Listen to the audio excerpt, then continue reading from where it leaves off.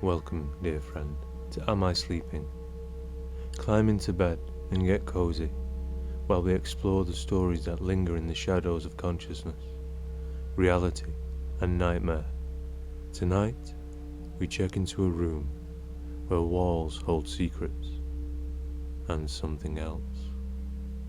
The only question you will ask yourself is, am I sleeping?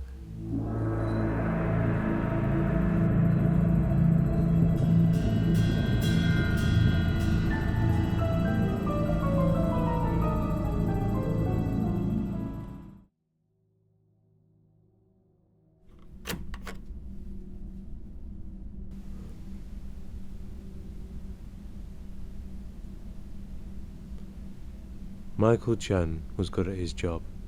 12 years in pharmaceutical sales had taught him how to live out of a suitcase, how to sleep through any noise, and how to make a hotel room feel like a temporary home.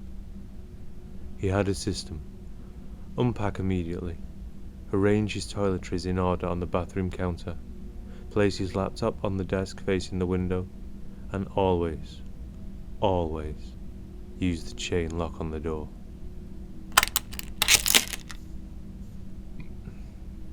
The Parkview Hotel in Burlington wasn't remarkable in any way. A standard business hotel, clean, functional, forgettable. Room 217 was exactly what he had expected. Beige walls, generic artwork, a king bed with too many pillows, and that distinct hotel room smell, a mixture of industrial cleaning products and recycled air. Michael had arrived late, nearly midnight, after his flight was delayed. He climbed out the back of a taxi, feeling the uncomfortable feeling of blood rushing back into his legs. He thanked the driver as he shut the car door and walked to the front of the hotel.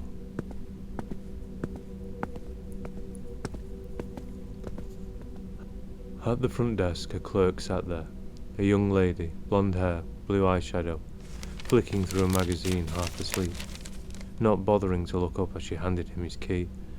Make sure your car is parked to the right. She mumbled. Checkout's at 11.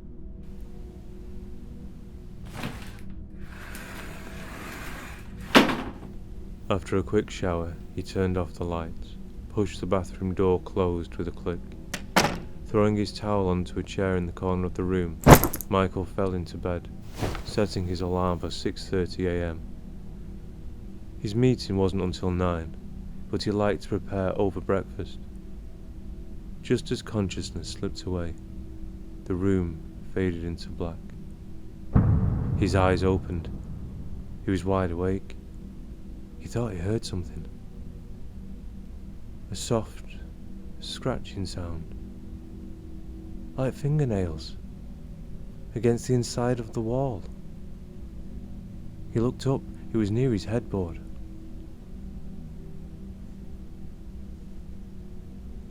He paused for a moment. The sound died away.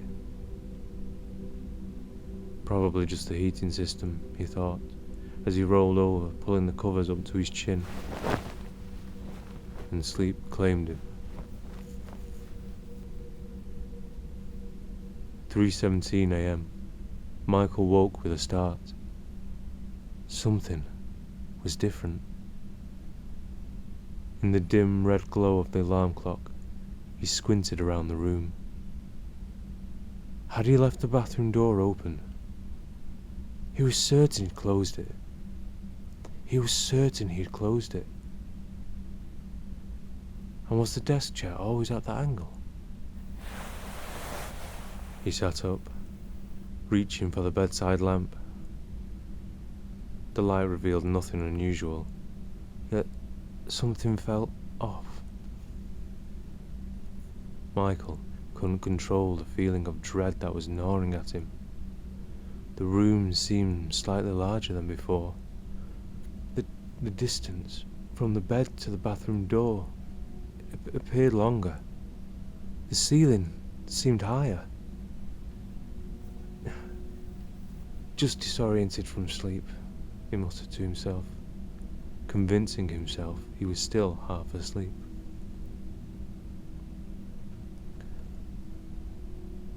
Then he heard a sound that broke the silence. Water running through the pipes in the wall. Not unusual in a hotel, except for the pattern. It wasn't the steady flow of the shower or the quick flush of the toilet. It was irregular, almost deliberate. On for 3 seconds, off for 2, on for 5, like someone was sending a message. Michael checked his phone. No new messages, but he noticed something else. No cell service, not even one bar. He had full service when he checked in.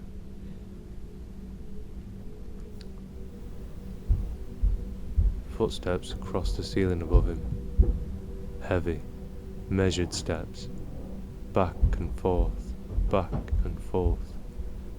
Room 317 would be directly above. Someone must be pacing in the middle of the night.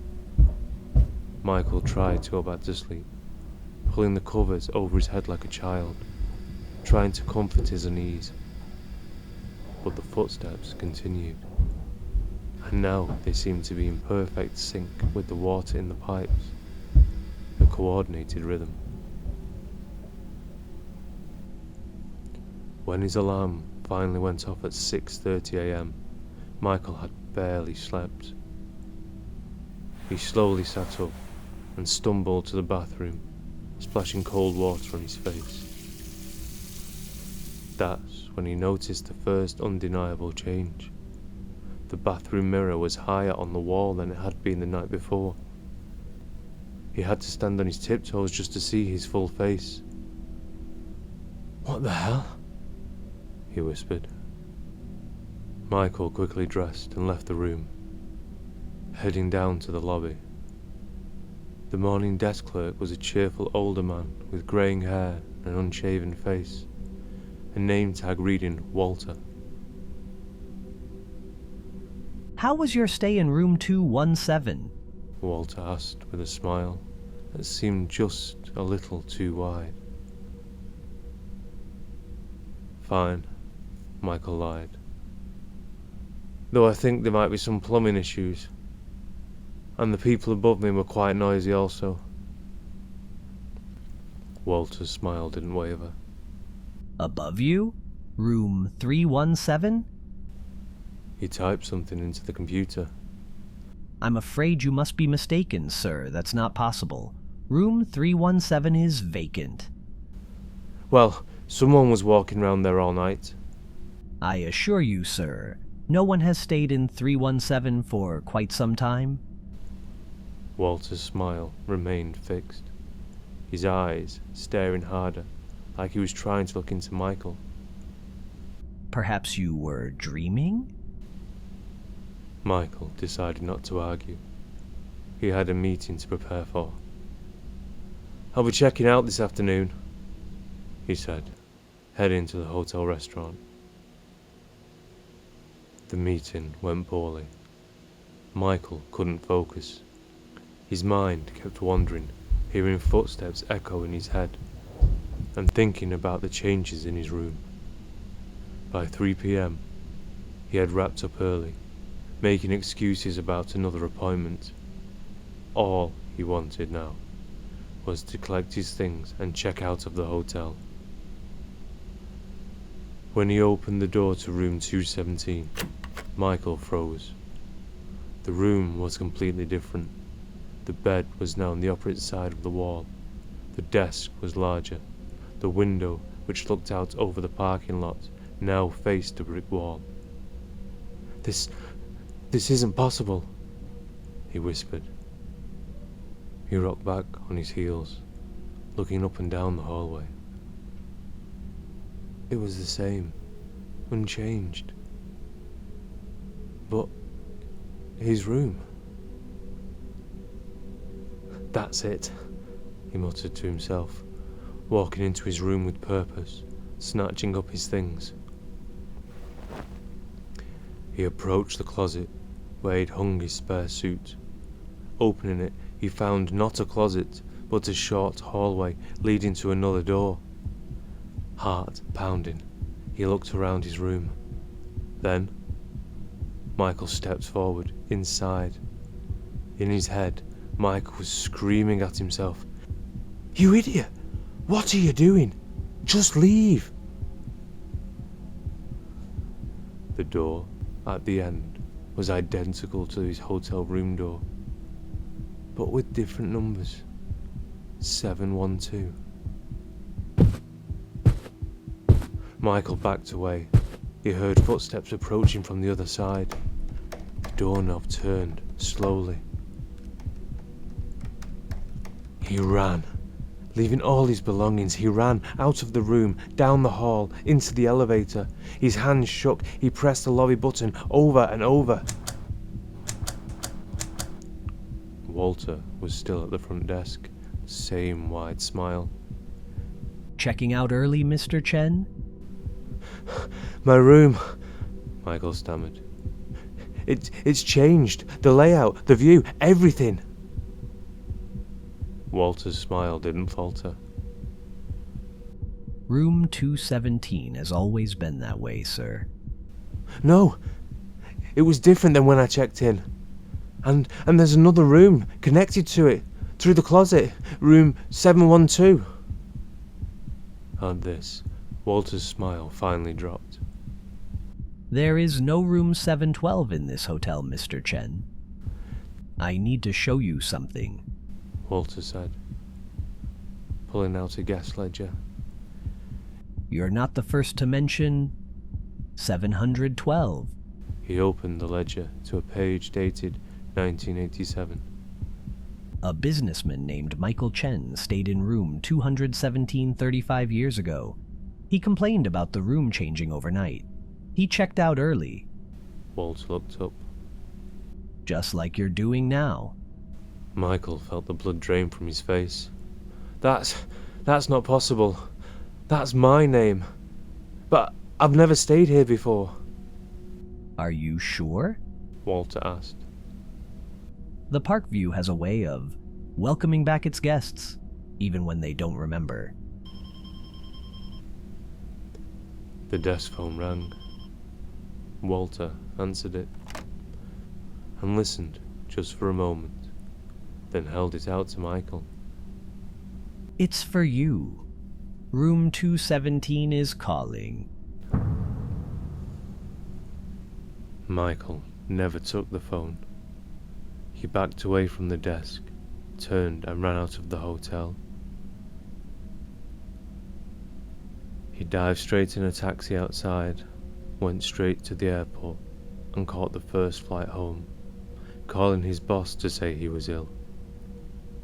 1 week later, Michael was in his apartment when the phone rang. An unknown number with a Burlington area code. He didn't answer, but the voicemail chilled him to the bone. "This is the Parkview Hotel confirming your reservation for next Tuesday. Your usual room 217 will be waiting for you, Mr. Chen, and as always, welcome back." Michael changed his phone number that day. He requested a transfer at work. No more travelling. He told himself he was being ridiculous, that it was all some elaborate prank, or a mental breakdown from too much stress and travel. 6 months passed without incident. Michael began to relax, began to forget. Until yesterday. A plain envelope arrived in the mail, blank front and back. Inside was a hotel key card with 217 written on it in black marker and a short note. "We found something you left behind last time. Your memories. They're waiting for you in room 712, behind the closet door, where you left them 35 years ago, and 35 years before that. And before that? Michael crumpled the note and threw it away. But that night, he dreamt of a hotel room that kept changing, growing, connecting to impossible spaces. He dreamed of footsteps through the ceiling above, and water in the pipe sending messages in code. He dreamed of looking through the peephole in the closet door, seeing himself on the other side, 35 years younger, checking into room 217 for what he thought was the first time. When Michael woke in the morning, he wasn't in his apartment. The alarm clock read 6:30 a.m. The walls were beige. The artwork was generic. The bed had too many pillows. And the number on the door that gleamed in brass was 217.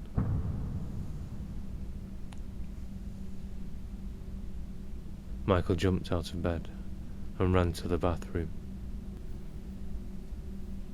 When he caught his reflection in the mirror, he saw his own face, exactly how it had looked 35 years ago. On a post-it note stuck to the mirror were the words, "Welcome back, again." The Parkview Hotel is still operating in Burlington. Room 217 is usually available on short notice. Room 217 is usually available on short notice. Most guests stay only one night. But if you find yourself staying there, and wake to find the room has changed, do not open the closet door. Don't answer the calls from the front desk. And whatever you do, don't try to check out early. Because if you get trapped, the Parkview checkout time isn't at 11. It's every 35 years.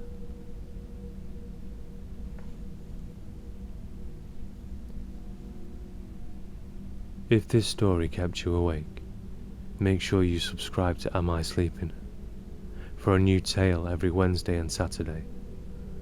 Leave a comment below and tell me about your strangest hotel experience, and I might just read it out on another episode. Until next time, sleep tight, if you can.